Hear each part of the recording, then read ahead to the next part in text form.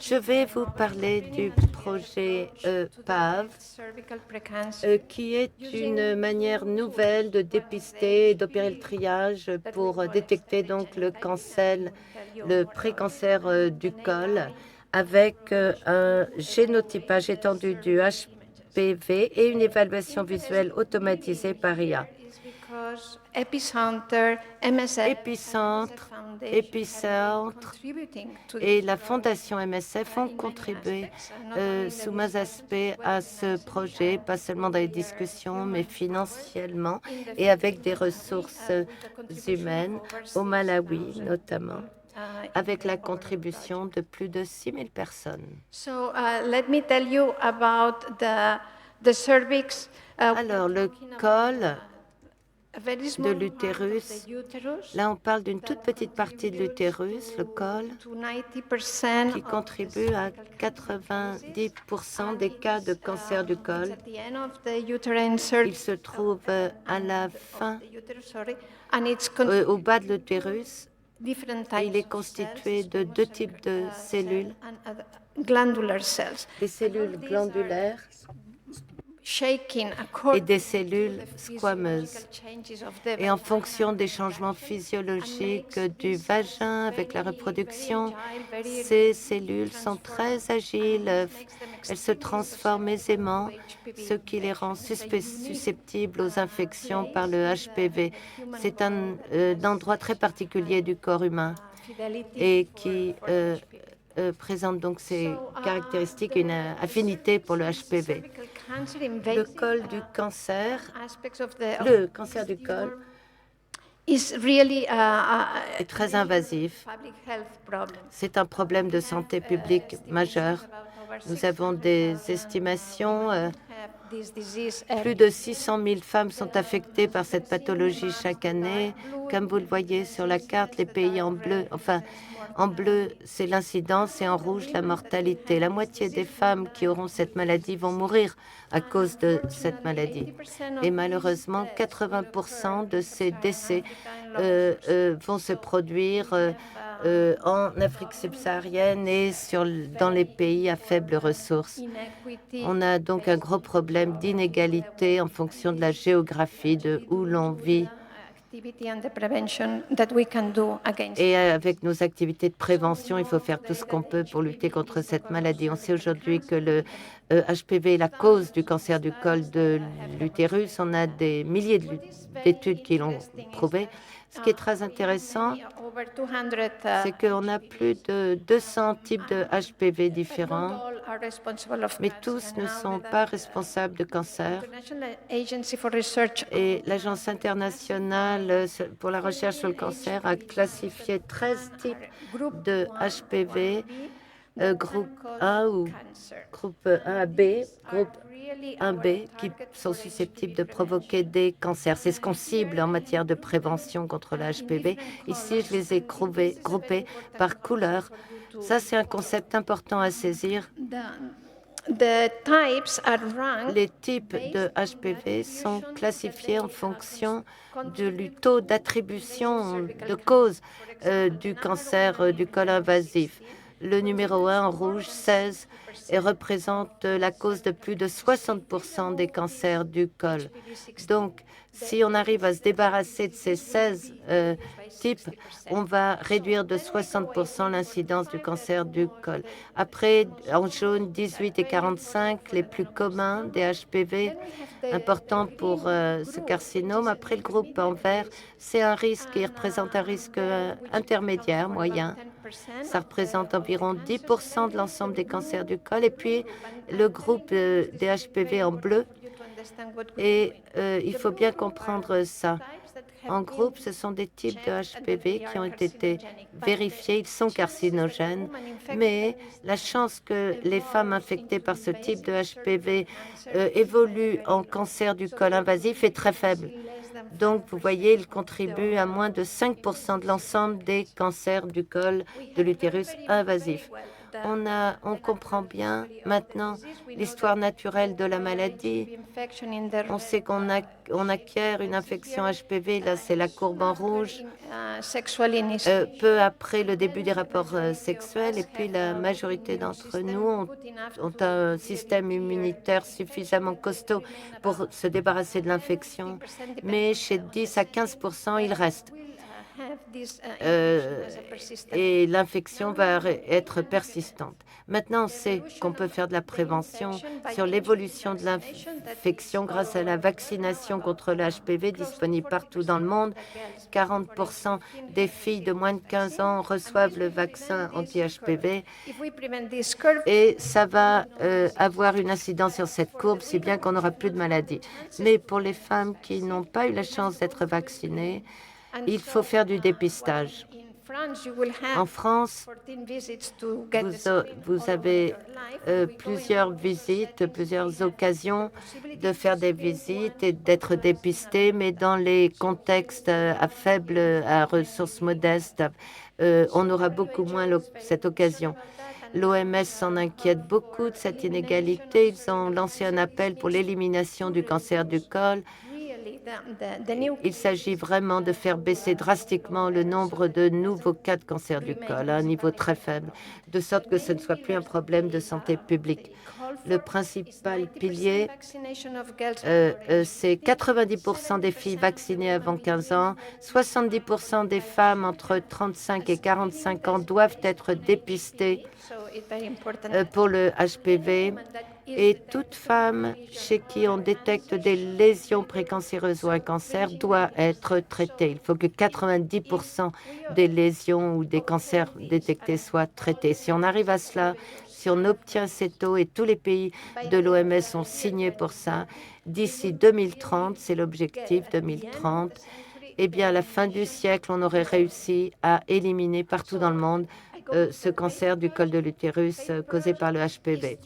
Alors, le projet et l'étude PAVE, P-A-V-E, elle s'attaque au problème en l'absence de dépistage suffisant dans les pays à faibles ressources. Moins de 10% des femmes africaines ont été dépistées. Grâce à cette approche, on va essayer de rendre le dépistage plus accessible. Ce projet comprend d'abord un dépistage par auto-prélèvement d'échantillons. La femme n'a pas besoin de subir un examen gynécologique. Elle va juste prélever quelques cellules du col. Et cette approche nous permet de tester la présence du HPV. Et puis, on teste le HPV avec, vous savez, ces blocs de couleurs, de classification que je vous ai montré, ce qui va nous permettre de stratifier le risque d'avoir des lésions précancéreuses et qu'elles se développent en cancer. Si la femme est négative, la femme est rassurée, elle rentre chez elle, la valeur prédictive est d'environ 5 ans. Si la femme est HPV positive, on leur demande de revenir pour un examen gynécologique avec un spéculum. On prend des photos et c'est un algorithme d'intelligence artificielle qui va lire l'image. Donc, avec les résultats du test et l'imagerie, on génère un algorithme qui va classifier les femmes selon ce code de couleur comme les feux de circulation. En rouge, une femme qui a un résultat rouge a besoin d'être traitée immédiatement, cancer de risque très élevé. Si c'est en jaune, risque moyen, il faut assurer le suivi en fonction de nos capacités en matière de traitement. Eh bien, on va la traiter, mais ça va être en priorité numéro 2. Les femmes qui ont un résultat en vert peuvent rentrer chez elles pleinement rassurées. On essaye d'éviter les surtraitements. Et dans l'ensemble du projet, on procède à l'ablation thermique. C'est une première approche thérapeutique et ça permet de traiter 60% des cas qui nécessitent un traitement. Les autres, on les adresse dans des centres spécialisés. Alors, 50 000 femmes ont été recrutées de 9 pays. Plusieurs, vous avez les chiffres ici, vivaient avec le VIH. 30% étaient positives au HPV et on a réussi à inclure ce qu'on appelle une étude d'efficacité sur 7535 femmes qui étaient HPV positives et ont disposé du jeu de données complet, c'est-à-dire les rudiments pour pouvoir évaluer une évaluation histologique. Toute femme devait subir un examen histologique parce que, je vous rappelle, c'est un projet d'évaluation, donc il faut confirmer que notre stratégie fonctionne. Les sites de l'étude, Cambodge, Brésil, Le Salvador, Honduras, République dominicaine, Nigeria, Tanzanie, Malawi et l'Eswatini. Au Colorado, aux États-Unis, c'est là où on envoyait l'imagerie en ligne, en les agrandissant. Mais maintenant, on peut faire ça sur le site au Malawi pour l'évaluation visuelle automatisée par IA. Mais on voulait s'assurer qu'on pouvait faire cette évaluation par IA avec des instruments mobiles et délocalisés, décentralisés. Sur ce tableau, je vous montre le pourcentage de femmes chez qui on a détecté des lésions précancéreuses. Par précancéreuse, je veux dire CIN3.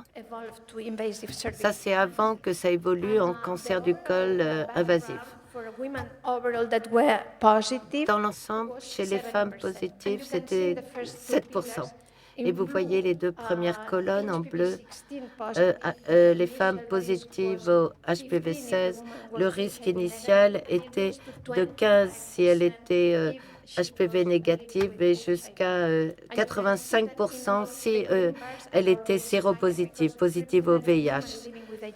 Et en vert, ce sont donc ces femmes qui vivent avec le VIH qui sont plus susceptibles aux infections que les femmes qui sont simplement le HPV.